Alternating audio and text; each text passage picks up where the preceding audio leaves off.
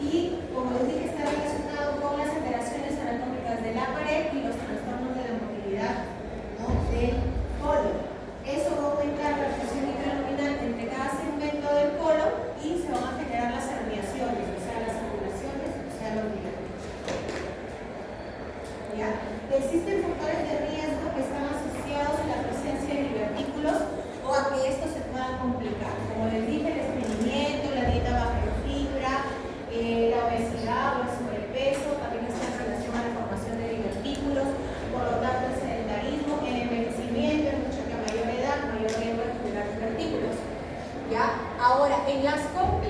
lesiones, es decir, para que un divertículo, por ejemplo, se obstruye y genere diverticulitis, está asociado al estreñimiento, porque como les digo, las heces se van a meter en el divertículo y lo van a obstruir, y van a generar inflamación del divertículo, ¿no?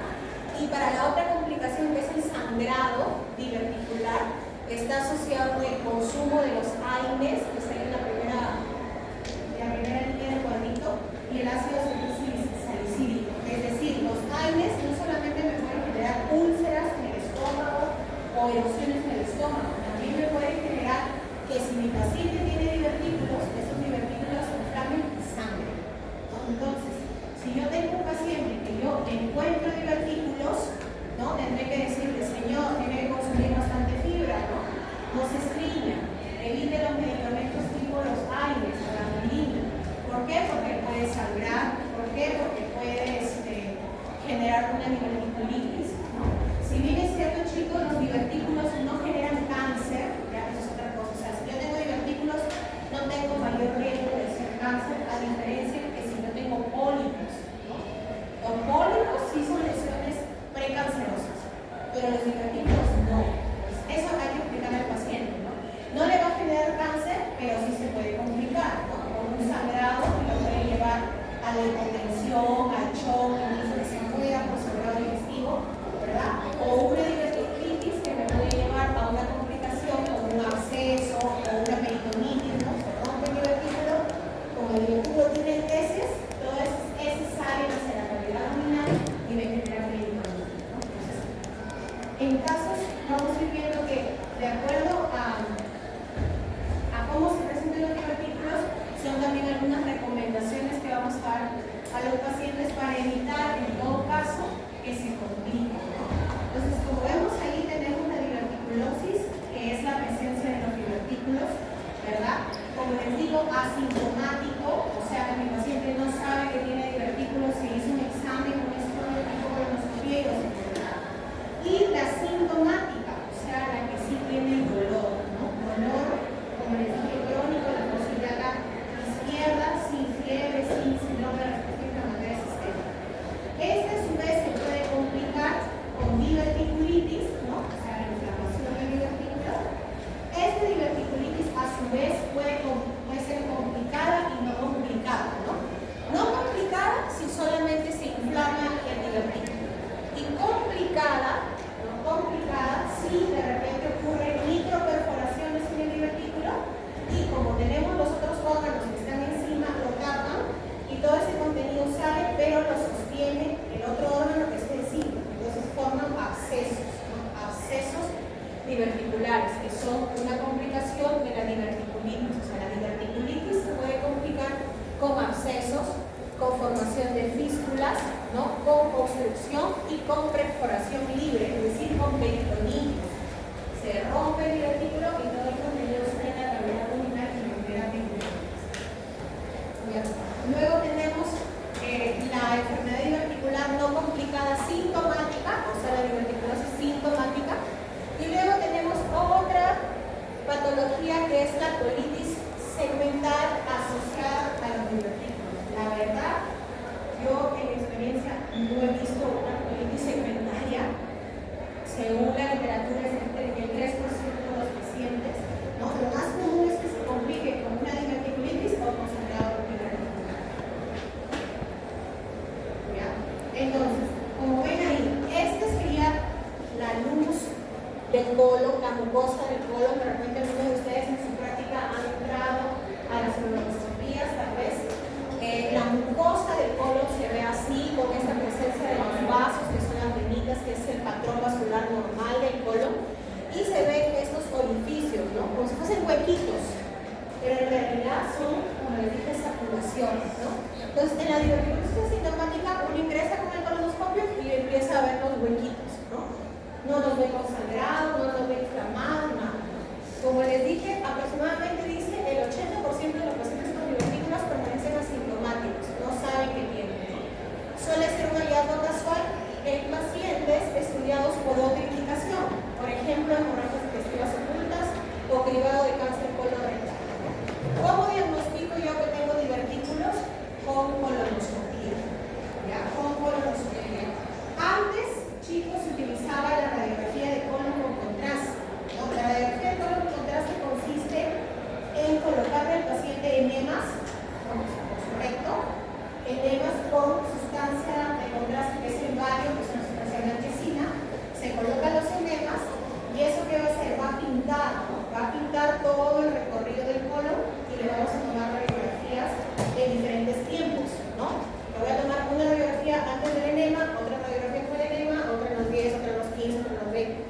para que me dibuje todo el tracto del colon, ¿no? Y ahí se van a notar también la presencia de las circulaciones o de diverticulos. Antes de que existiese la colonoscopía se hacía radiografía de colon con contraste, o colon varitado, que también se le llama así, o enema opaco de Mayo, también lo pueden encontrar así en la literatura, ¿no? Pero a medida que fue avanzando la tecnología y apareció la colonoscopía, es un examen que nos permite mirar, ¿no? Introducirnos directamente hacia la mucosa del colon y ver directamente, no solo si tenemos divertículos, ¿no? También puedo ver si tengo pólipos, también puedo ver si tengo tumores, ¿no? Si tengo úlceras. Entonces la colonoscopía es un estudio más complejo, ¿no? Y para diverticulosis asintomática es el examen diagnóstico de elección, ¿no? El examen diagnóstico de elección.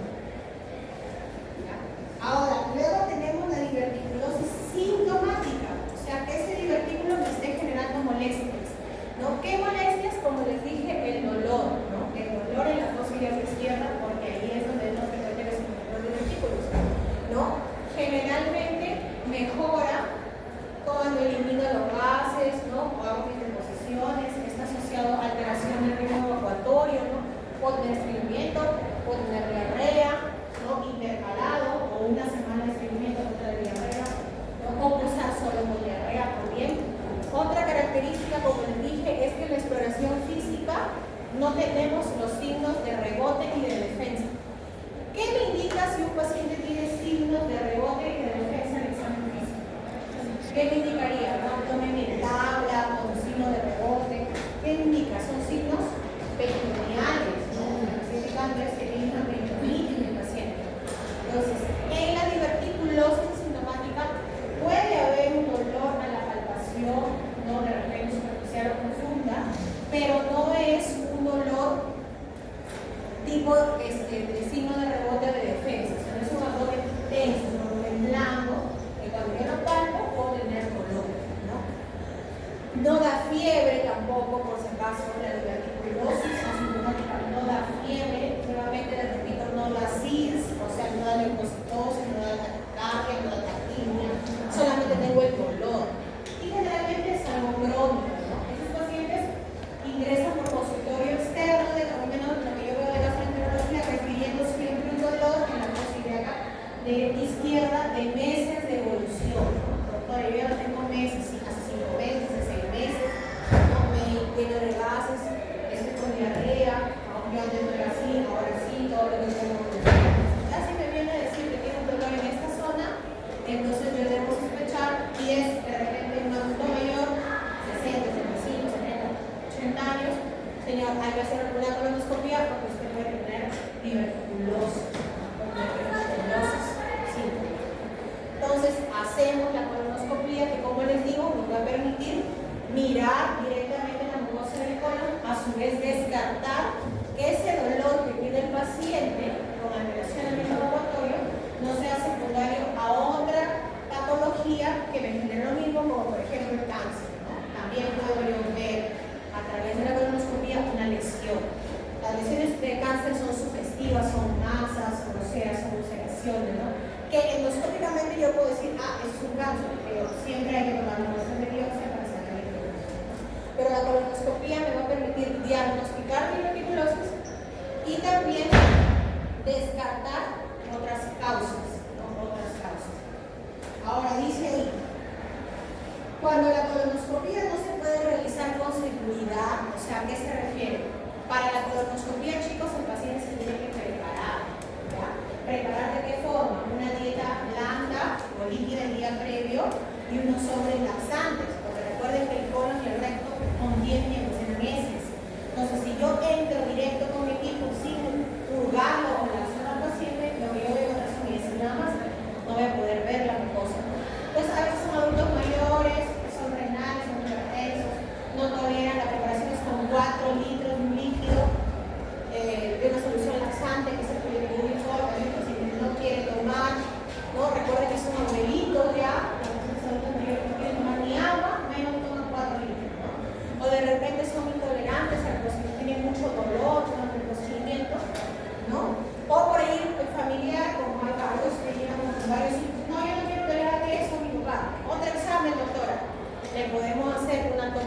tomografía, ¿no? Una tomografía de abdomen pelvis con contraste, que también me va a poder permitir observar si el paciente tiene divertículos o no. Y por eso dice, hoy frecuentemente en la actualidad, enema de Barrett. El enema de Barrett es la radiografía de colon con contraste, que como les digo, se usaba antes que existiese la colon. Entonces, de repente, ahora, ¿qué puede suceder también? Doctora, yo no tengo dinero para hacer una colonoscopía. La colonoscopía cuesta entre 600, 700 euros. No tengo plata, doctor. Ya, señora, hace una tomografía, pero cuesta 900. Ya, señores, hace una radiografía de colon. 150. Ah, ya, ahí sí me alcanza. Te puede indicar la radiografía de colon con contraste para descartar divertículos, ¿no? Es de lesión, es la colonoscopía, pero los otros exámenes también me pueden ayudar en el diagnóstico, ¿no? Ahora, aquí en este cuadro he puesto dos patologías en realidad. Una es la diverticulosis sintomática, o sea, lo que estamos hablando ahorita, y su diagnóstico diferencial es el síndrome de colon de intestino irritable.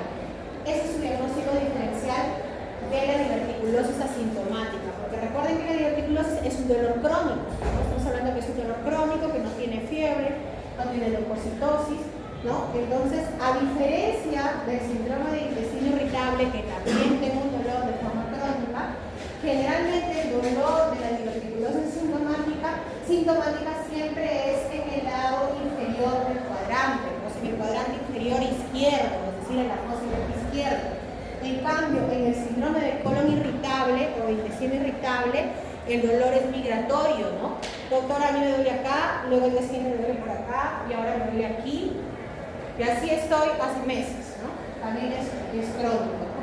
Generalmente, el dolor en el colon irritable, como migra, es difuso. En cambio, en la diverticulosis sintomática, el dolor no es difuso porque se localiza más en el cuadrante inferior izquierdo o en la fosa ilíaca izquierda, ¿no? El colon irritable está relacionado con los movimientos intestinales, es decir, se asocia mucho también a la alteración del ritmo evacuatorio, ¿no? Entonces, esa es otra diferencia entre ambos. Igual, para descartar, yo tendría que hacer una colon, ¿no? Una colonoscopia. ¿Por qué? Porque el síndrome de intestino irritable, chicos, es un trastorno funcional del colon. Es decir, no tiene nada orgánico que lo cause, el dolor, ¿no? Entonces, para yo descartar lo orgánico, en un paciente tendría que hacerle la colon, ¿no? Haciéndole la colon, y no tengo divertículos, no tengo pólipos, no tengo cáncer, no tengo úlceras, tengo un colon normal y mi paciente dice que tiene dolor, que migra con alteración del ritmo evacuatorio, etcétera, etcétera, yo lo puedo catalogar como un síndrome de intestino irritable, ¿no? Y eso está asociado con la ansiedad, con la depresión, ¿no? Los pacientes que vienen con colon irritable tienen trasfondo esos problemas psiquiátricos, ¿ya? Pero antes de catalogar y decirle, no, ¿sabe qué es tu ansiedad? Tenemos que hacerle su estudio de su colon para descartar organicidad. Entonces, la diverticulosis asintomática, su diagnóstico diferencial es el síndrome de intestino irritable, ¿ya? O síndrome de colon irritable en este momento. El tratamiento de la diverticulosis sintomática, chicos, va a ir dirigido primero a las medidas higiénico-dietéticas, ¿no? O sea, si yo sé que mi divertículo se forma por el estreñimiento o por la dieta baja en fibra, le diré, señor, ¿sabe qué? Usted no se puede estreñir. Señor, no se tiene que comer módulos de fibra, no tiene que tomar bastante agua para que tenga fibra, para que haya buenos movimientos intestinales y no se estriña. Eso sería lo primero, ¿no? Lo otro que más tendría que decir, señor, no consuma medicamentos para el dolor, ¿no? Porque si usted tiene un divertículo puede sangrar el divertículo, ¿no? No consuma naproxeno, ibuprofeno, diclofenaco, ¿no? Ketorolac, son los AINES, ¿no? Es decir, que tome una vez o que se inyecte una vez no le va a generar sangrado auricular, ¿no? Pero recuerden, chicos, que a veces hasta nosotros como pacientes queremos que nos pase rápido. Entonces, dos segundos, toman 2 pastillas cada 8 horas para que les pase más rápido. Entonces, toman AINES a mayores dosis, de forma frecuente, eso es lo único que el paciente tiene es el dolor, no tiene complicaciones. De hecho, el diverticulitis es sangrado, ¿no? Acá lo que se utiliza es la rifaximina, que ya lo hemos visto en el encefalopatía hepática. La rifaximina, chicos, es un antibiótico en realidad, pero que va directamente al colon y va a disminuir las bacterias que normalmente tenemos en nuestro colon, que se llama sobrecrecimiento bacteriano, ¿no? Y eso también mejora que no se formen tantos gases, esa distensión no genera mayor presión a nivel intraluminal y pueda predisponer a la formación de más divertículos, ¿ya? La rifaximina, bueno, acá nos pone una dosis de 400 miligramos cada 12 horas por 7 días al mes, es decir, de forma cíclica, 7 días al mes, normalmente es cada 4 o cada 6 meses, es decir, le doy por 7 días y descansa los 23 días del mes y al siguiente mes vuelve a tomar 7 días, vuelve a descansar los 23 días y así hasta completar el ciclo entre 4 o 6 meses. ¿Ya? La rifaximina, chicos, en el mercado viene de 200 miligramos y también viene de 550 miligramos. ¿Ya? Bueno, si es de 200 miligramos tendría que ser 2 tabletas cada 12 horas, ¿no? Porque la dosis según este cuadrito es 400 miligramos, ¿no? Y bueno, si tiene dolor, tendré que darle algún antiespasmódico para el dolor, ¿no? Pues codeína, bromelaina, pargaberina, ¿no? En horario. Ahí no damos antibióticos, ¿verdad? En la diverticulosis sintomática no damos antibióticos. Nosotros vamos a dar antibióticos en la diverticulitis, porque ahí el divertículo ya se inflamó, incluso puede haber, como decimos, microperforaciones del divertículo. Entonces aquí vamos a tener fibra, antiespasmódico, rifaximina. La mesalazina es un medicamento que se utiliza para manejo de colon irritable, de enfermedad de Crohn o de colitis ulcerativa. Ya que hay estudios en los cuales están considerando darle tratamiento para la diverticulosis. Sin embargo, de todas las complicaciones de los divertículos, se ha asociado que va mejor en colitis segmentaria, o sea, la colitis segmentaria con diverticulosis. Ahí se está indicado la mesalazina. Eso es lo que nos decía de la rifaximina, que es un antibiótico que va directamente hacia el colon, ¿no? Donde dice disminuye la actividad metabólica de la flora intestinal, aumenta la masa fecal y disminuye el sobrecrecimiento bacteriano. El paciente puede consumirlo de forma crónica, no genera ningún problema a nivel hepático o gástrico, ¿no? Porque va selectivamente hacia el colon, ¿no? Y por eso es que la rifaximina también se utiliza para las encefalopatías hepáticas recurrentes cirróticos, ¿no? También se utiliza, pero en dosis mayor, en dosis de 550 miligramos cada 12 horas. En cambio, para la enfermedad diverticular usamos 400 miligramos cada 12 horas. Y en el cirrótico lo toma todo de por vida, o sea, todos los días de su vida va a tomar rifaximina. En cambio, en la enfermedad diverticular va a tomar de forma cíclica. 7 días al mes, descansa, al siguiente mes 7 días, al siguiente mes 7 días, así. Y bueno, otra cosa con la rifaximina es el acceso al medicamento. Porque cada pastillita, por lo menos está entre 9 a 12 soles, por ahí. Y se toma 2 diarios, son 24 soles. A veces el paciente no tiene mucho recurso. Ya, la complicación de los divertículos, la primera es la diverticulitis aguda, ¿no? Como ven acá, este es el divertículo y acá, este de acá es un fecalito, ¿no? Es un fecalito, o sea, es un pedazo de las heces que se ha hecho duro, pétrea, como una piedra, y se mete en el divertículo, en el huequito del divertículo y lo obstruye, ¿no? Al obstruirlo, entonces, como les dije, va a generar que el divertículo se empiece a inflamar, ¿no? Aumenta la presión dentro del divertículo a través de la pared del divertículo, como es parte de la pared normal del colon, también vamos a tener vasitos sanguíneos. Entonces, al haber mucha presión, estos vasitos sanguíneos empiezan a comprimir, ya no va a llegar el flujo sanguíneo y se puede necrosar la pared del divertículo. Y cuando una pared se necrosa, es decir, se muere, ¿no? ¿Qué es lo que puede pasar con ese divertículo? Se rompe, ¿no? Se perfora. Entonces es por eso que las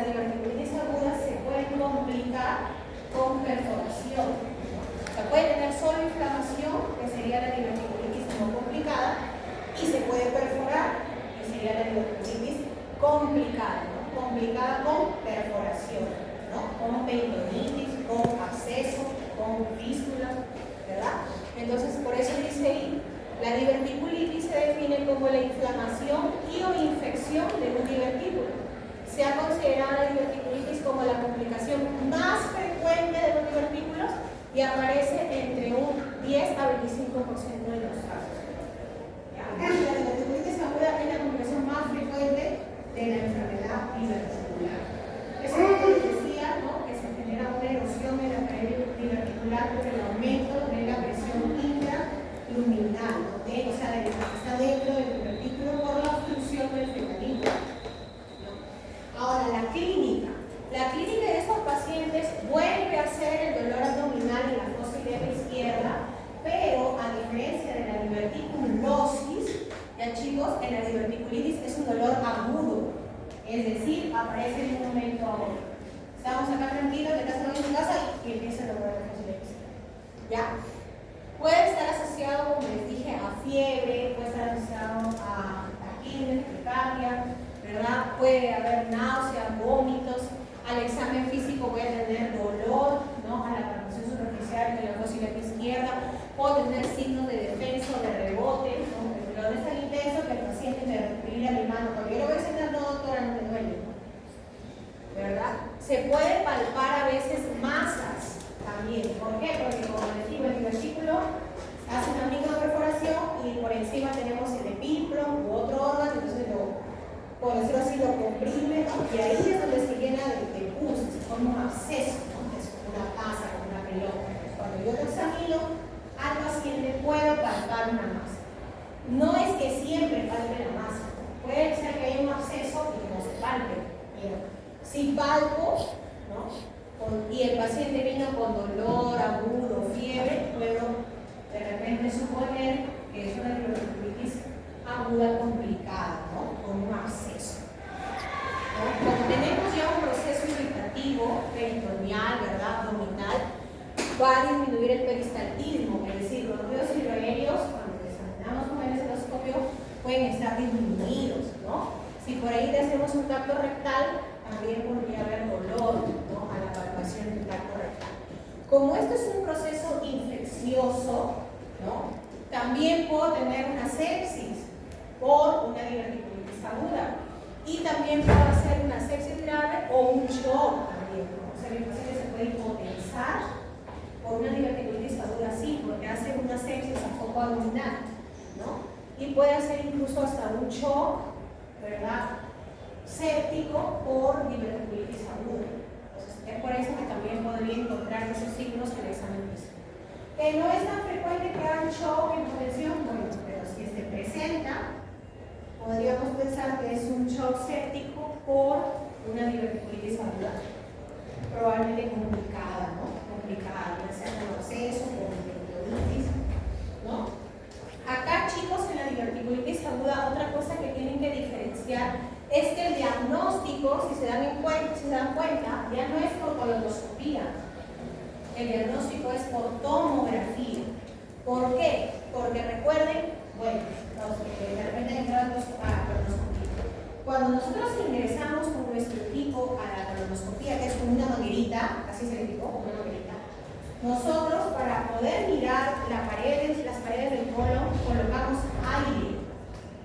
Durante el procedimiento colocamos aire, de tal forma que la pared del colon se distiende y yo puedo mirar, ¿verdad? Entonces, ese aire que yo coloco ejerce una presión, ¿no? Una fuerza dentro del colon, ¿verdad? ¿Qué pasa si yo tengo un divertículo que está obstruido por un fecalito y que el divertículo está inflamado ahí, aumentando la presión intraluminal, a punto de perforarse, y entro yo con mi equipo?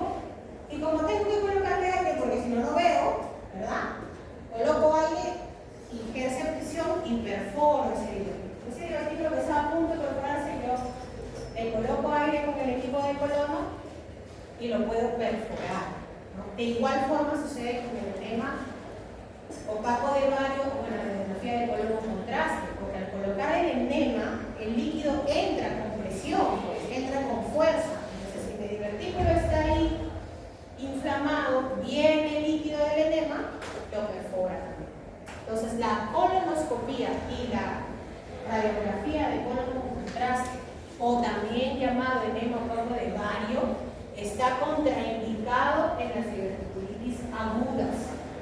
En las diverticulitis agudas, lo que yo tengo que hacer es una tomografía abdominopélvica con contraste. ¿Ya? Esa es la diferencia entre diverticulitis aguda y diverticulosis. En la diverticulosis sí puedo hacer colonoscopia sin problema. En la diverticulitis aguda no.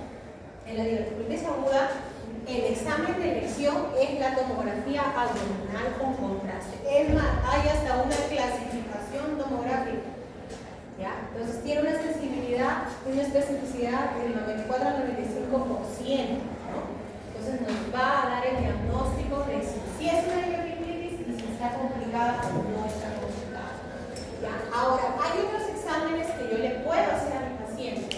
Por ejemplo, si yo tengo sospecha de que ese divertículo se perforó, ¿verdad? Si se perfora, va a salir hacia la cavidad abdominal, no solamente va a salir heces o el líquido intestinal, ¿no? También va a salir aire, porque el colon tiene aire.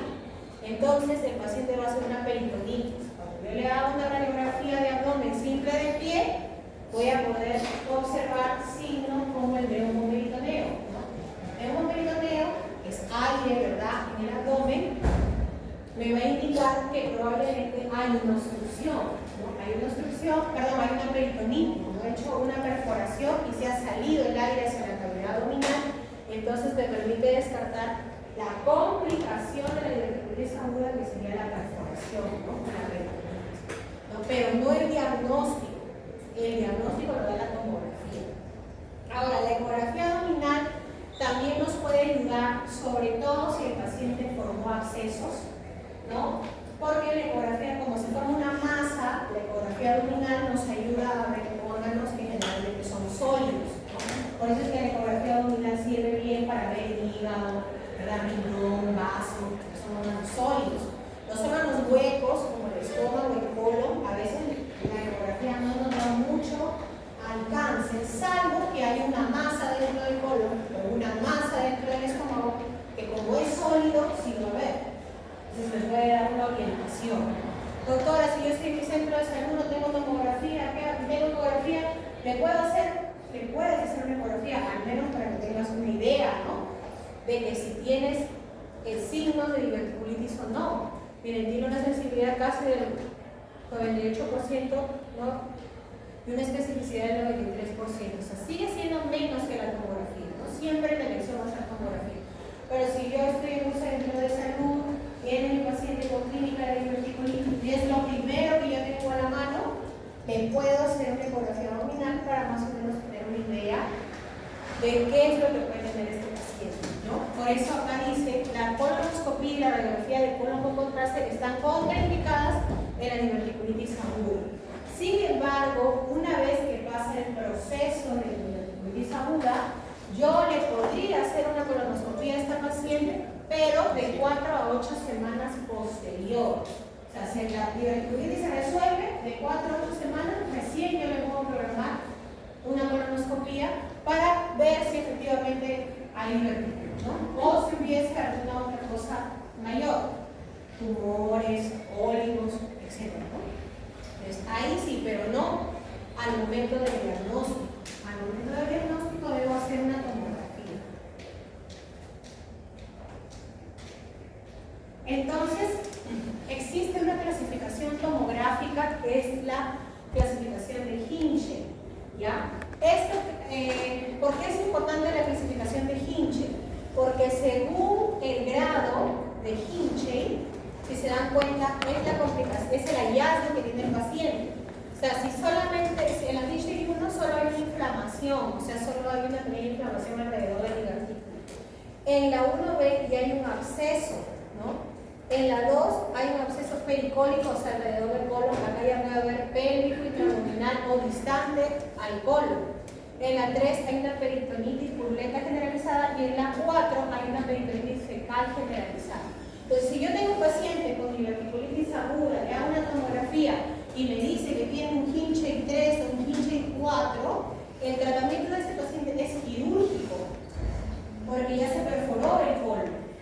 Poniéndole suero, poniéndole antibiótico, ese colon no va a cerrar. Ese hueco, esa perforación del colon no va a cerrar, ¿no? Que puedo poner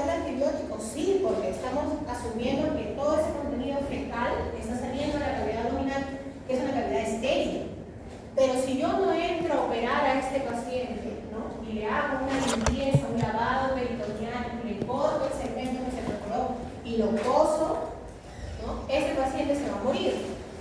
Si yo solo lo dejo con hidratación y solo lo dejo con antibióticos, se va a morir. Ese paciente tiene que entrar a sala, tiene que hacer un lavado, como les digo, de la cavidad abdominal y probablemente una recesión y una rajía de la zona que está perforada, ¿no? Si yo tengo solo una inflamación pericónica, o sea, solo alrededor del divertículo, ¿no? O si clínicamente tengo una diverticulitis pero no hay hallazgo en la tomografía, estos pacientes pueden recibir solo antibiótico. Ya no se opera, solo reciben antibiótico. Si yo ya tengo un absceso, va a depender del tamaño del absceso. Si el absceso es menor a 5 centímetros, con antibiótico va bien. Si el absceso es mayor a 5 centímetros, le pongo antibiótico y dreno el absceso.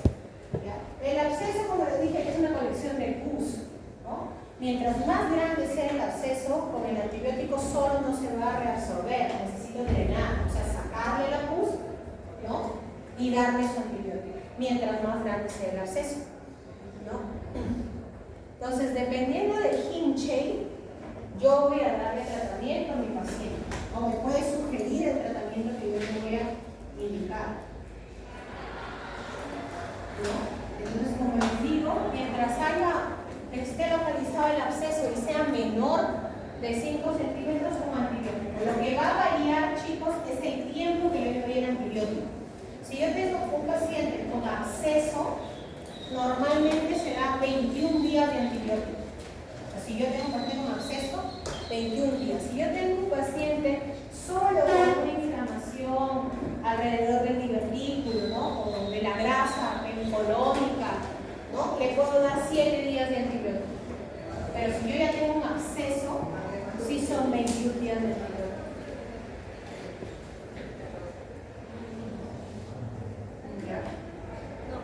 Bueno, ahí en las recomendaciones, básicamente dice ahí tratamiento sintomático más antibióticos sistémicos, radiología intervencionista, o sea, el drenaje del absceso lo hace el radiólogo intervencionista, ¿no? A través de un ecógrafo, puede ser una tomografía con una aguja, ¿no? Ecodirigida, ingresa hasta donde está el absceso y lo drena, ¿verdad?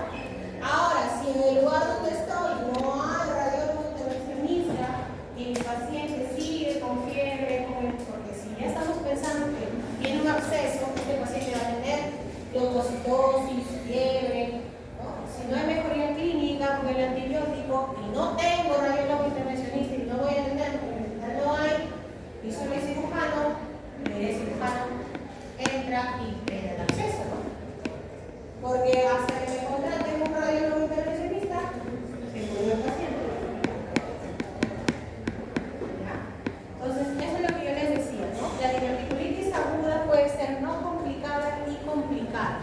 No complicada, como les digo, en la que solamente hay una inflamación alrededor del divertículo. No hay acceso, no hay fístula, no hay obstrucción, no hay inflamación. ¿No? Acá inclusive, chicos, podemos considerar tratamiento ambulatorio y oral, ¿no? ¿En quiénes? En pacientes jóvenes, sin comorbilidades, ¿no? Pero si yo tengo un pacientito que es un adulto mayor, el señor tiene 70 años, o 71, 75, vive con la esposa que también tiene 75, solos, a la fiesta no saben qué van a tomar, si toman una pastilla o toman otra, mejor los hospitalizo. Ese paciente vive solo, es adulto mayor, de repente también toma para la presión, para la diabetes, para tanta pastilla que el paciente se complica y si no toma el antibiótico, la diverticulitis puede progresar, puede ser un absceso, puede ser una peritonitis y se puede morir ese abuelito, ¿no? Porque no sabe identificar los signos de la está con otro adulto mayor tan dependiente como él, ¿no? Ya ni ven, ya los abuelitos vienen solitos, vean. Los hijos están en otro sitio. No es preferible que los hospitalizamos. Pacientes inmunocomprometidos. ¿Quiénes están ahí? Por ejemplo, pacientes oncológicos, pacientes con diabetes, ¿no? Pacientes con diabetes, sobre todo si es una diabetes mal controlada, normalmente las infecciones se pueden complicar, ¿no?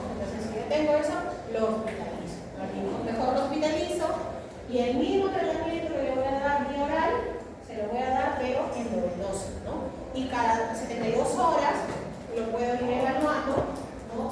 De repente pongo un hemograma, ¿no? Para ver si ya bajo la glucositosis, ¿no? Viéndolo clínicamente cómo está, ¿verdad? Ahora, si tenemos un pinche 1B y 2, como les digo, en donde hay abscesos, va a depender del tamaño del absceso.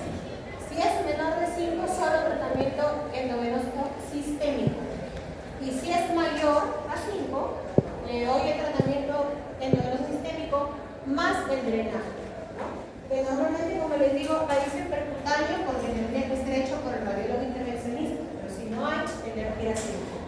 Y el pinche 3 y 4, o sea, donde ya hay peritonitis, tiene que ir a cirugía de emergencia, ¿ya? De emergencia, y no podemos dejarlo ahí al paciente a ver si el antibiótico hace milagro.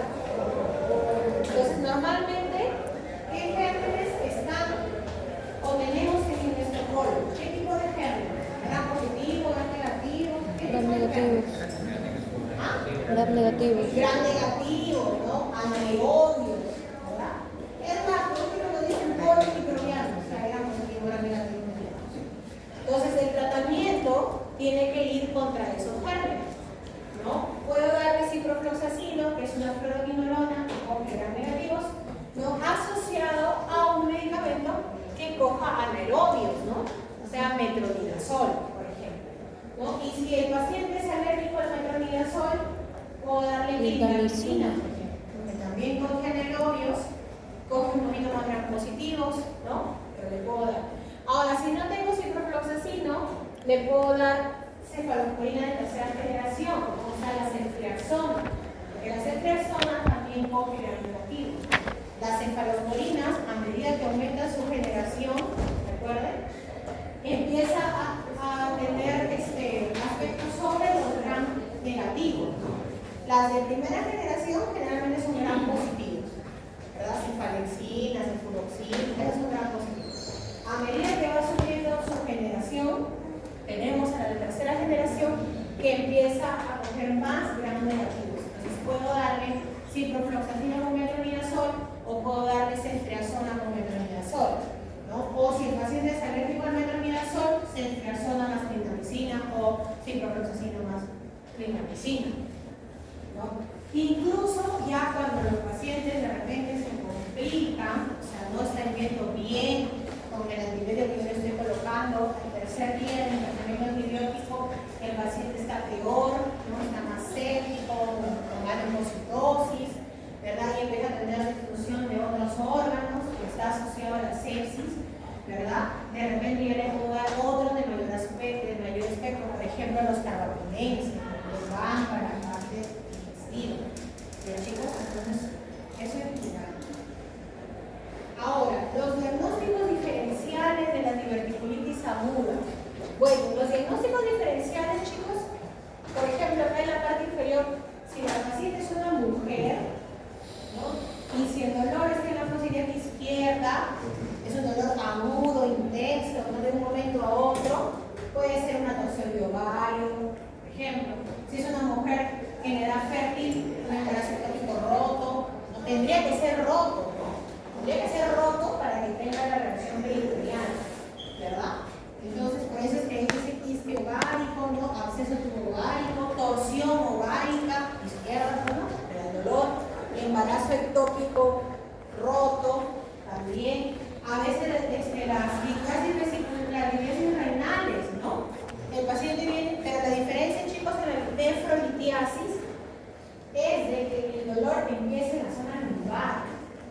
El cólico renal, el dolor empieza en la zona lumbar y se irradia hacia la parte anterior del abdomen, ¿no? Generalmente hacia la zona inguinal, ¿no?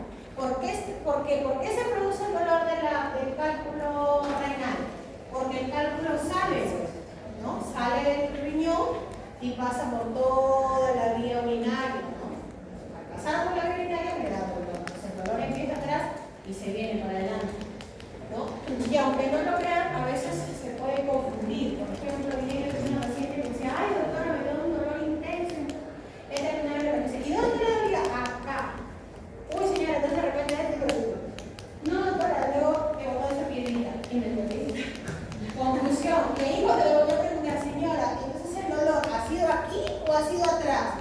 No, acá atrás, doctora, pero luego se pasó acá adelante y le dolía intenso. O sea, el dolor empezó atrás. ¿No? Eso sí justifica un cólico renal. Es más, no enseñaste las piedritas que he todo. ¿No? Entonces, hay que preguntarle siempre bien al paciente, ¿no? ¿Dónde es el dolor? ¿Cuándo empezó el dolor? ¿Qué tipo de dolor? ¿Ya? Porque los pacientes a veces, para ellos, ¿no? Tenía dolor aquí. Ahí fue intenso cuando lo tenía acá. No le importaba si había empezado a emoción a tumbar. Pero cuando uno ya le hace la anamnesis, ¿no? Eso hay que preguntar. Igual, fecha de última regla para las mujeres, porque nunca saben cuándo es su última regla. Nunca saben. Y al final terminan embarazo por ¿ya? Después, las colitis isquémicas. ¿Ya? Las colitis isquémicas también nos pueden dar dolor abdominal agudo, pero a diferencia de la diverticulitis aguda, puede tener sangrado rectal. O sea, el paciente puede tener rectorragia o hematoquesia asociado al dolor. Asociado al dolor. Después, un cáncer colorectal, yo creo que ahí le podríamos agregar, le podríamos agregar perforado, ¿no? Un cáncer colorectal izquierdo perforado. Un cáncer colorectal perforado me va a dar el dolor agudo, ¿no? Me puede dar síndrome, me puede dar fiebre. Ahora, la apendicitis aguda, en realidad, a la diverticulitis aguda se le denomina la apendicitis del lado izquierdo. Porque la apendicitis aguda normalmente es el derecho, ¿cierto?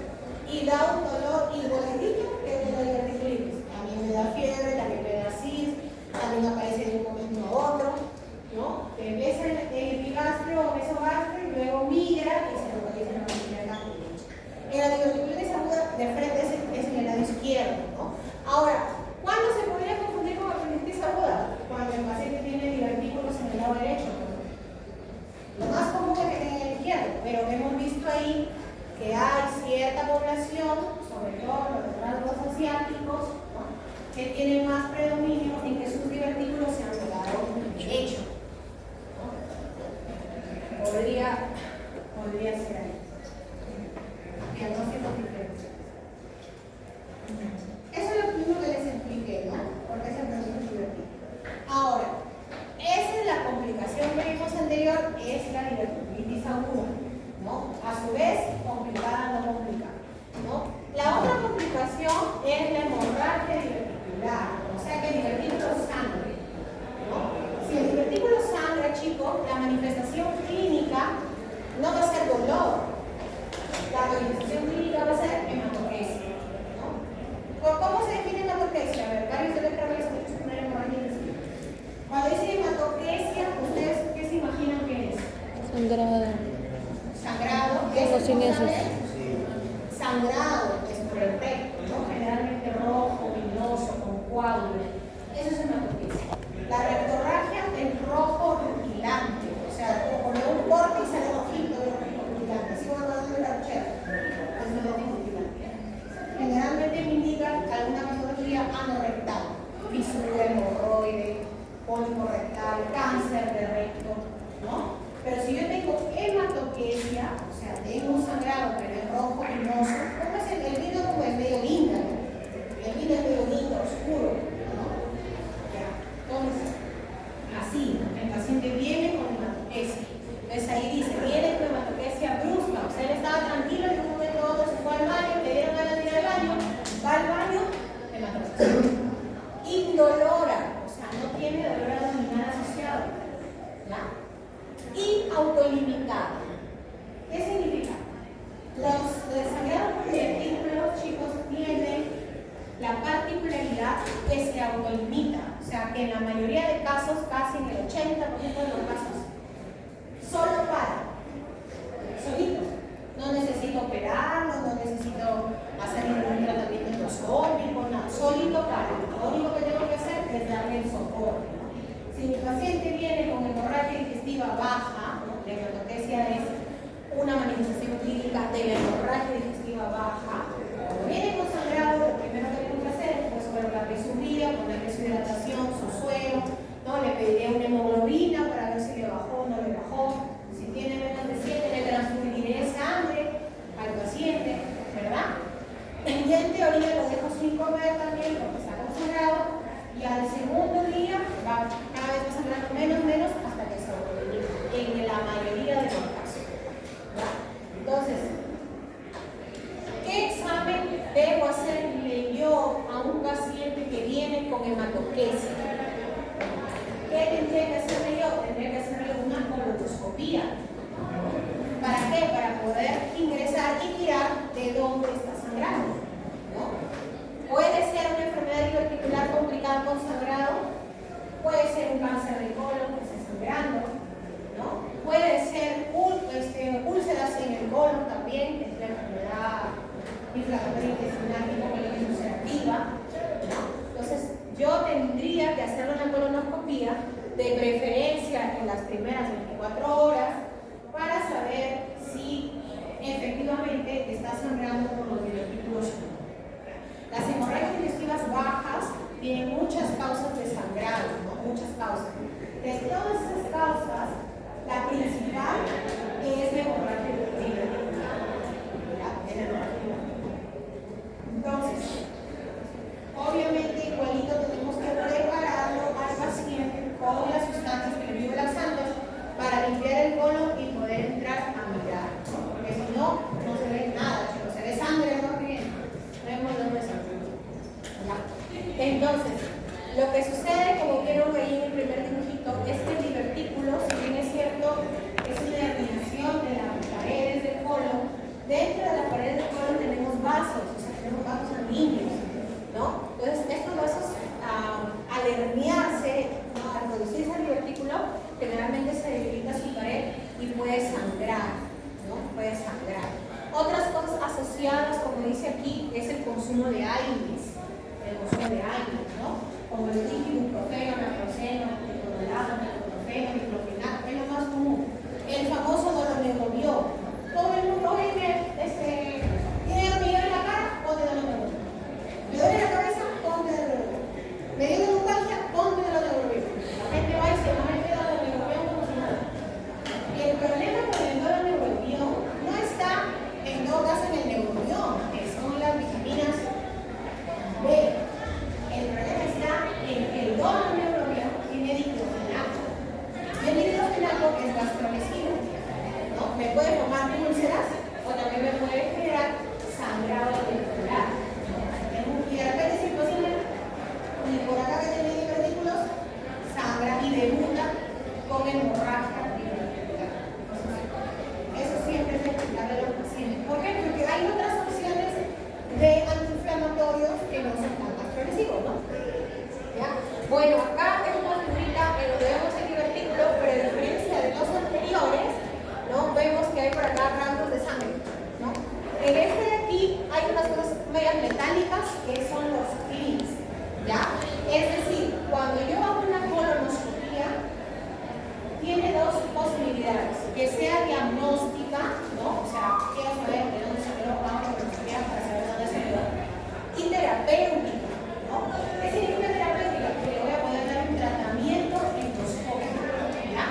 Los que han llevado en práctica probablemente han entrado procedimientos, y en procedimientos el equipo del tanto del colonoscopio del endoscopio tiene un canal, así como se llama, y por aquí se pueden meter pinzas, agujas, asas, grapas o clips, ¿no?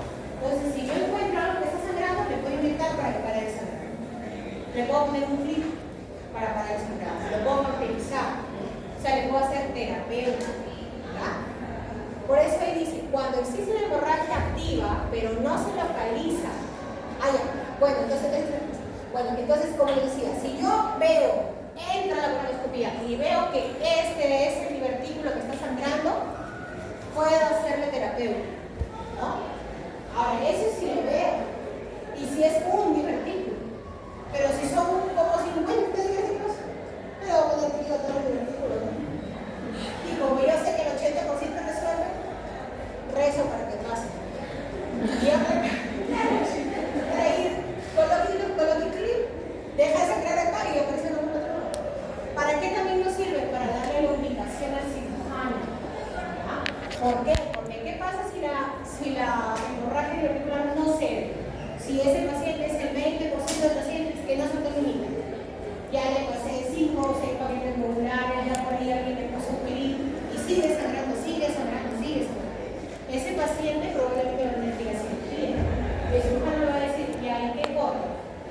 colon izquierdo, el medio, el derecho, todo el colon.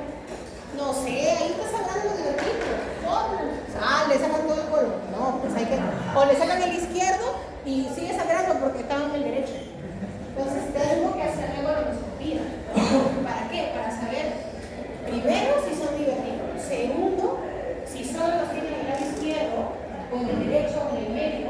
O puede tener en todo y solo están sangrando los del izquierdo. Entonces también me permite eso. Lo otro, si tengo la posibilidad de poder hacerle la terapia hemostática, perfecto.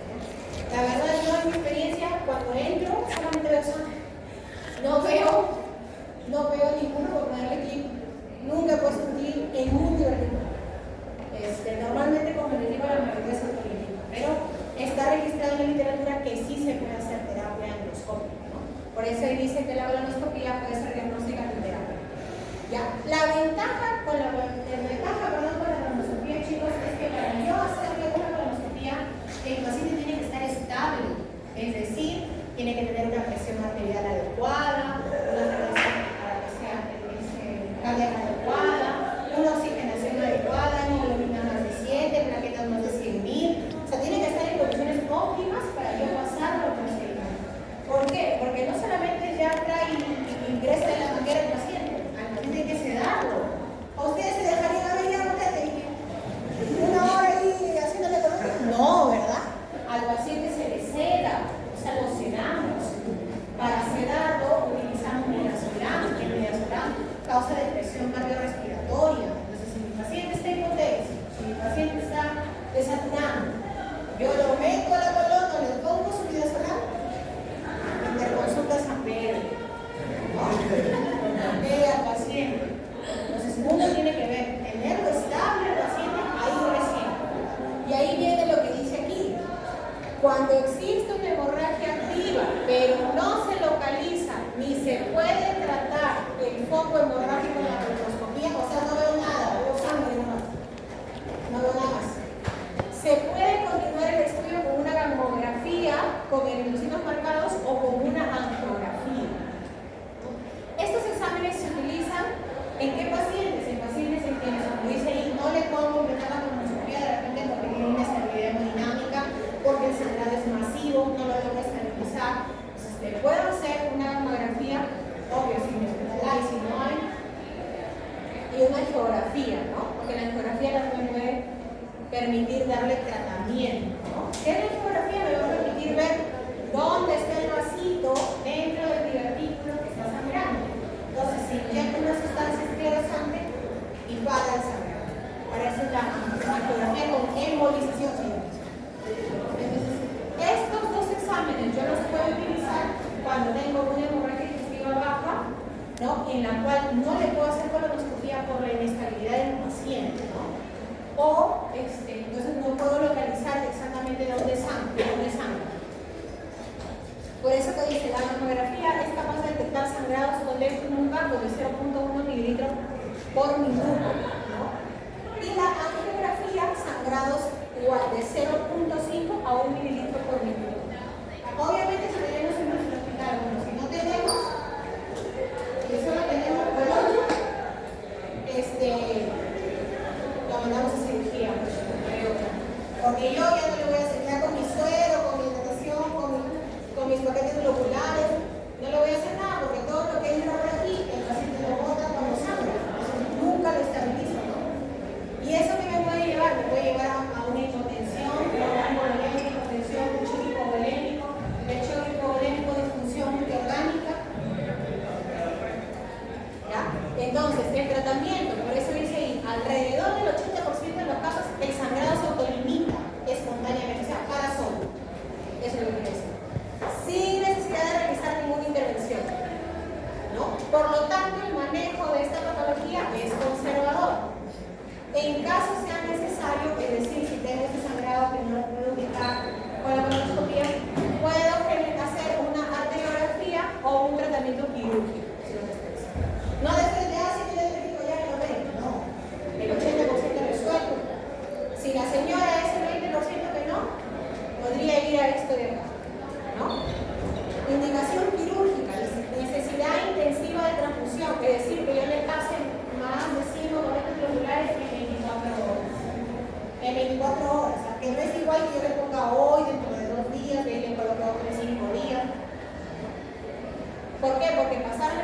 paquetes globulares, chicos, también generan en el paciente, se puede generar coagulación intravascular diseminada. Bueno, pues ¿qué otro caso es quirúrgico? Hemorragia recidivante continua que no responde o que no se puede abordar con otros tratamientos. O sea, no puedo hacer metacolones, no puedo cauterizar, no puedo inyectar, no puedo colocar PIN, no puedo hacer nada. Inestabilidad hemodinámica sin respuesta a reposición de líquidos.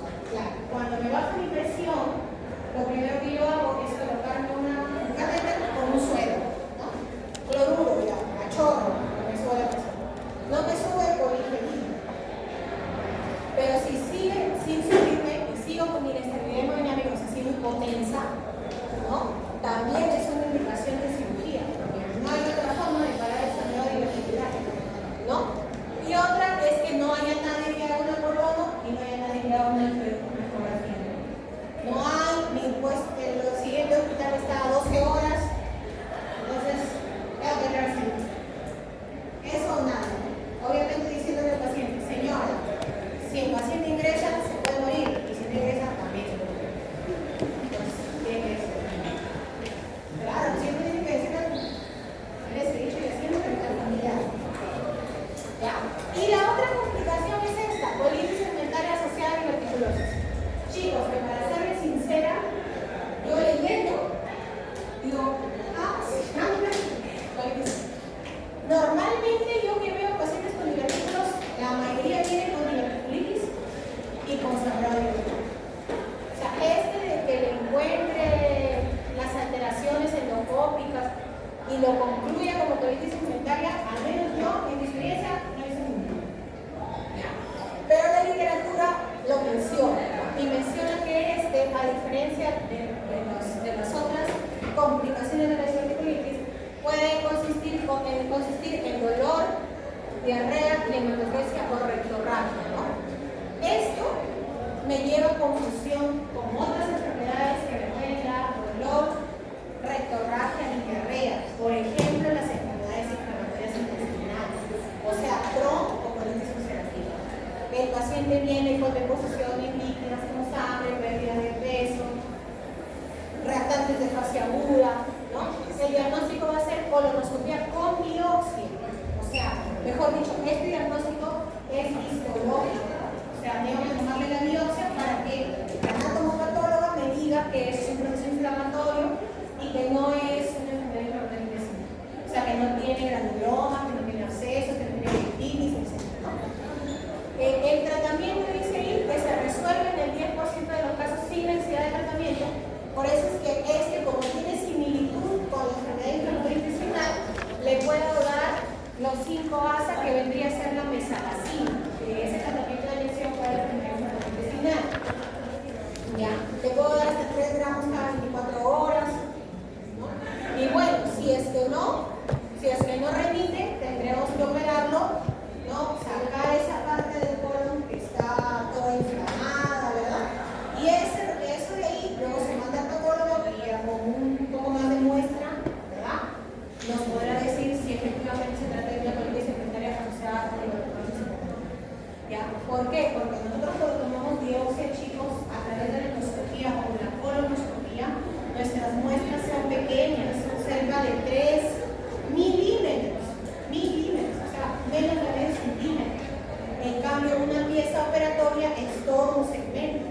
Entonces, se puede definir mejor anatomopatológicamente los hallazgos, ¿no? Entonces, a veces, si tenemos eso, por eso dice que es colonoscopia más biopsia. Se dan cuenta de los anteriores y los biopsias. ¿Hasta qué tenemos? ¿Sí, 10? 50. Mira, uno puede ser 50. Sí. Uy, a ver si no.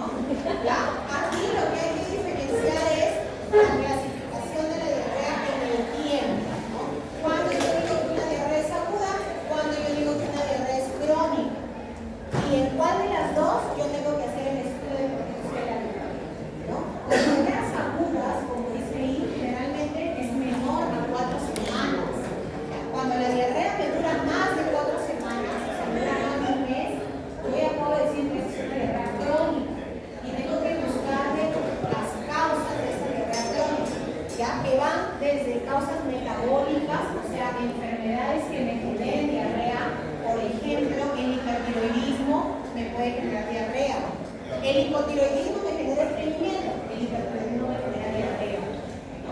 Las enteropatías en pacientes diabéticos mal controlados también están en esta parte metabólica, que puede ser la causa de una diarrea crónica, ¿no? Es decir, aquella que dura más de 4 semanas, ¿no? ¿Qué más? Infecciosas, ¿ya? ¿Qué tenemos que estudiar cuando tenemos diarreas crónicas? De la parte infecciosa, VIH, ¿ya? VIH. Siempre que venga un paciente con diarrea de más de 4 semanas, por ahí lo veo medio retrasadito, fiebre por la noche, vigílale VIH. Porque ellos dicen, no, doctora, yo no salgo, no fumo, no bailo, no tomo, no bailo pegado. Termina su examen positivo. No me voy bella. Entonces, siempre, chicos, ustedes. Es más, a veces, yo les digo porque a mí me ha pasado, ¿no? Por ejemplo, señora, usted tiene conductas sexuales de riesgo, no te voy a decir sí, doctora, yo con fulanito, su camino no te voy a decir, ¿no? O sea, también son cosas que la paciente o el paciente no te va a decir así, ¿no? Abiertamente, ¿no? Entonces, lo que se le puede decir es, mire señor, usted tiene una diarrea, o señora, usted tiene una diarrea de más de un mes, ¿no? Hay que hacerle varios estudios, dentro de ellos el VIH. A todos se les hace, a todos. No es porque a usted le voy a aplicar el VIH, no, a todos. Claro, porque el paciente se siente estigmatizado, chicos, eso ustedes se van a dar cuenta, ¿no? Por eso dicen, las pacientes no ninguna. Tomas y no tomas. Yo le digo porque en la consulta, señor, ¿usted toma? No, le voy a estar lo es. El paciente no te dice, porque él socialmente ve mal que tú tomes, fumes, ¿no? Tengas varias parejas, no ve mal socialmente. Él no te va a decir. Pues ustedes lo que tienen que decir es, señor, ¿sabe qué? Dentro de su estudio, a todos los pacientes se les hace la prueba para VIH, ¿no? ELISA para VIH. Hay que hacerlo porque es una causa frecuente de diarreas crónicas, ¿ya? Esas son las infecciosas, metabólicas. También tenemos que descartar organicidad, es decir, enfermedades que tengan su colon que le estén generando diarreas crónicas. Por ejemplo, los pólipos tipo adenosos adenoma vellosos pueden dar diarrea crónica. Los cánceres colorectales también me pueden dar diarrea crónica. Las enfermedades inflamatorias intestinales, Crohn, colitis ulcerativa, me pueden dar diarrea crónica. Entonces, dentro de mi plan de estudio, cuando yo tengo una diarrea crónica, tengo que pedirle perfil tiroideo, tengo que pedirle VIH, tengo que pedirle glucosa, porque les digo que es una enteropatía en paciente con diabetes, ¿verdad? Tendré que decirle, señora, tengo que hacer una colonoscopía, ¿no? Sobre todo si tiene más de 50 años, si en algún momento hubo sangrado, si tiene antecedente familiar directo de cáncer del colon, ¿no? ¿Qué más tengo que descartar en las diarreas crónicas? Las parasitosis. Las parasitosis intestinales generalmente nos dan dolor abdominal crónico y diarreas crónicas, ¿ya?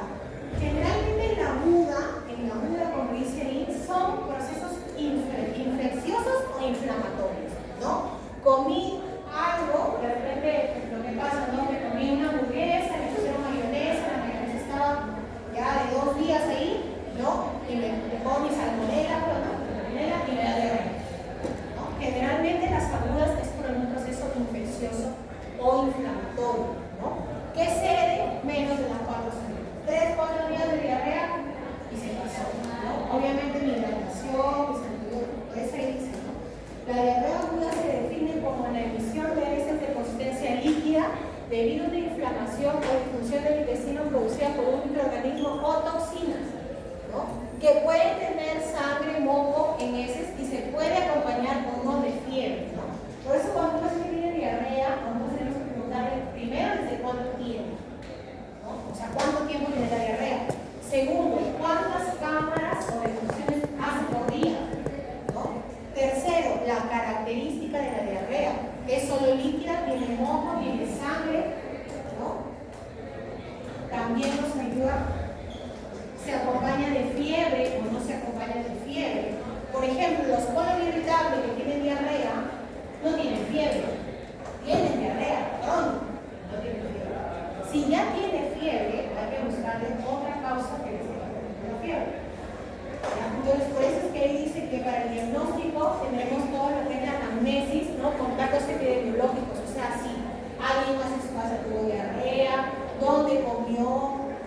almuerza en su casa o almuerza por ahí, ¿no? Donde la tía Veneno. ¿Dónde come? Porque a veces uno está curado. ¿Sí o no? A todos nos pasa, yo creo que nos pasa a todos, ¿no? Si consume algún medicamento también, de repente estaba estreñido y se tomó un frasco de lactulosa, diarrea. Y todavía viene un paciente que tengo diarrea, un frasco de lactulosa. ¿Ya? Entonces eso. Otra cosa acá también, los pacientes que viajan. No sé si les ha pasado, si ustedes han tenido un familiar, sobre todo los que vienen de Estados Unidos, de Europa. Vienen a comer acá, diarrea. La diarrea del viajero. ¿Cómo se dice la diarrea del viajero?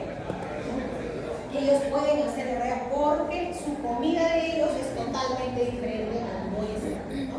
Y también el saneamiento es totalmente diferente, ¿no? Eso también. Al examen físico, si hay fiebre, si no hay fiebre, signos de deshidratación, ¿no? ¿Cómo veo yo si un paciente está deshidratado o no? ¿Cómo ustedes ven si el paciente está deshidratado o no? Los ojos hundidos, ¿no? La turgencia de la piel, ¿verdad? Las mucosas orales secas. Doctora, tengo sed. También, si estás deshidratado, no tienes sed. ¿Ya? Eso hay que ver si hay dolor abdominal, ruidos hidroaéreos, pacientes o no, ¿verdad? En laboratorio, chicos, generalmente le pedimos creatinina, hemograma completo para ver si hay leucocitosis. La creatinina, ¿por qué? Porque recuerden que las diarreas me pueden generar deshidratación. Y la deshidratación me puede generar hipovolemia. Y la hipovolemia me puede generar un injuria renal renal. Mi paciente puede hacer elevación de la creatinina. Doctora, yo ya voy 10 cámaras por día y no orino nada. El paciente debe estar, su riñón debe estar paralizado porque está deshidratado, ¿no? Le pongo 2-3 sueros, orina. Siempre hay que pedirle también creatinina, electrolitos, hemograma, ¿no? Podemos pedirle también los exámenes en heces. ¿A qué se refiere? Al polimorfo nuclear en heces, que es la reacción en heces, ¿no? Que si sale positiva, normalmente nos indica que es un proceso inflamatorio infeccioso. Y si se asocia a fiebre, sangrado, diarrea con sangre, con moco, bueno, nos orientará a darle antibiótico al paciente, ¿no?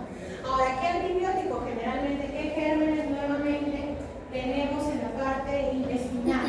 Tenemos los gram negativos. Entonces, mi tratamiento va a tener que ir hacia los gram negativos, ¿no?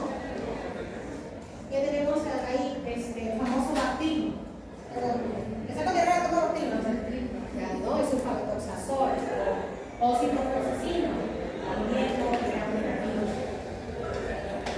La calprotectina fecal, chicos, este es un examen que se está haciendo hoy que generalmente sale positivo en cuadros de enfermedad inflamatoria intestinal. También puedo pedirle coprocultivo, no sé, de repente mi paciente yo le di un antibiótico inicio, ciprofloxacino tal vez, cada 12 horas, va 3 días, que es lo que normalmente 2 a 3 días el antibiótico hace efecto, y él sigue con las deposiciones sueltas, de repente sigue teniendo fiebre, o sea, no está respondiendo bien al antibiótico inicial empírico que yo le di, le tendría que hacer un coprocultivo para ver si está resistente al medicamento o no. Porque ahora todo el mundo que ha tomado un montón de antibióticos, ¿no? Hay varias cosas. Entonces, como les dije, las diarreas agudas normalmente son leves, ¿no? Están asociadas a procesos infecciosos, se autolimitan, ¿no? Y acá tenemos dos grupos, los que están con microorganismos no invasivos, o sea, una diarrea inflamatoria no invasiva, o los microorganismos invasivos. Cuando hay un montón de ellos, pero generalmente, como les digo, son infecciosas, ¿no? O por intoxicaciones alimentarias, como haber comido algo, no sé si les ha pasado, comen de repente mariscos, qué sé yo, y a las 6 horas empieza la diarrea, normalmente a las 6 horas, diarrea, vómitos y diarrea. Generalmente son intoxicaciones alimentarias, el periodo de incubación es corto, o sea, 6 horas para que aparece la diarrea, ¿no? Son acuosas abundantes, normalmente no se asocia a fiebres, viene alguna reacción inflamatoria en heces, ¿verdad? Sale negativo, entonces por lo tanto su tratamiento va a ser solo hidratado, ¿no? La hidratación, con sales de rehidratación oral. Vienen en sobrecitos y también vienen los famosos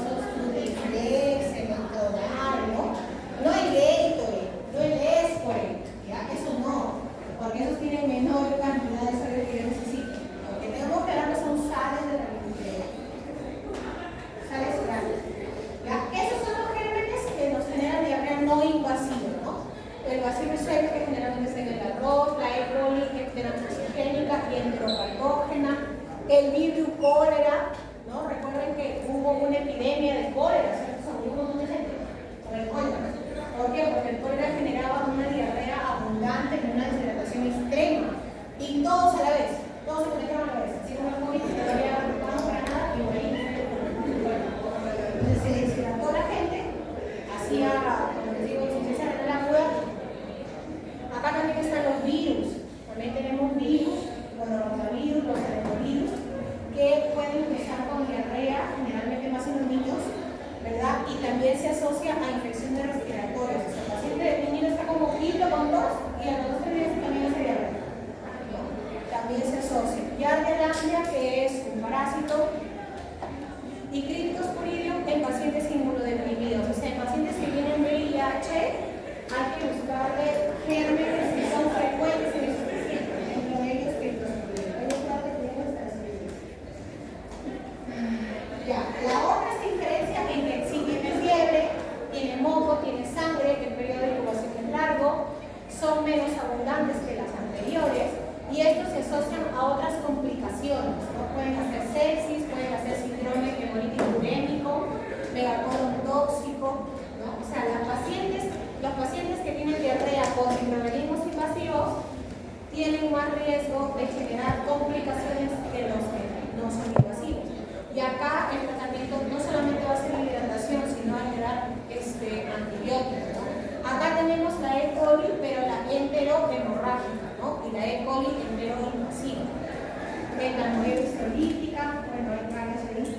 Pero yo creo que ahí lo más saltante sería las E. coli, ¿no? Las E. coli, ese serotipo que dice ahí, O157H7, es el que produce síndrome hemolítico urémico, ¿ya? Y esto es frecuente que se produzca en niños. Y hay varios niños que se mueren por los síndromes, que le producen la. Bueno, ahí no va a estudiar cómo van a revisar, pero cada uno de estos gérmenes se asocia a la consumición de estos alimentos, ¿no? Vegetales crudos, o algunos están a contaminación de la carne, cuando le quieren el arroz. Por ejemplo, si consumimos clindamicina, también puede dar colitis pseudomembranosa, ¿no? Por el Clostridium difficile, ¿verdad? Entonces, las ayudas, generalmente, como les digo, son por gérmenes tipo bacterias, los más comunes. Duran menos de 4 semanas, ¿no? Y esos son los gérmenes más frecuentes. El tratamiento de hidratación y antibiótico, ¿verdad? Dependiendo de si es una bacteria enteroinvasiva o no. ¿Ya?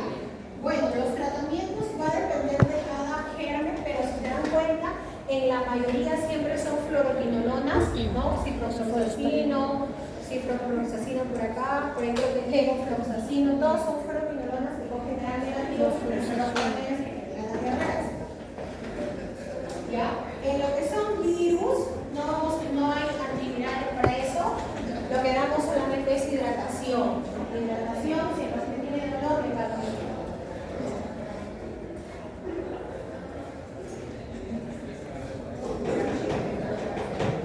Y las diarreas crónicas, como les dije, más que todo, lo que hay que ver, ¿no? La anamnesis, es decir, preguntarle cuánto tiempo tiene la diarrea, en qué momento aparece, más en el día, más en la noche, ¿verdad? El examen físico, si tenemos adenopatía, si hay desplazamiento, ¿verdad? Y la analítica básica, hemograma, PCR, serología para celiaquía, que hay también estudios en heces como TMS, cartulina fecal, ¿no? Si sospechamos de malignidad, colono, acá en este grupo también está parasitológico en heces, como les dije, VIH. Bueno, y eso es como les dije, hasta colonoscopía les podemos hacer a los pacientes el estudio de diarrea crónica, ¿no? Obviamente, si yo le hago el primer análisis y sale VIH positivo, yo no le voy a hacer colono, ¿no? Porque ese paciente tendrá que ir a tratamiento antirretroviral, ¿no? Y al mejorar su recuento de CD4 va a mejorar la diarrea, ¿no? Si es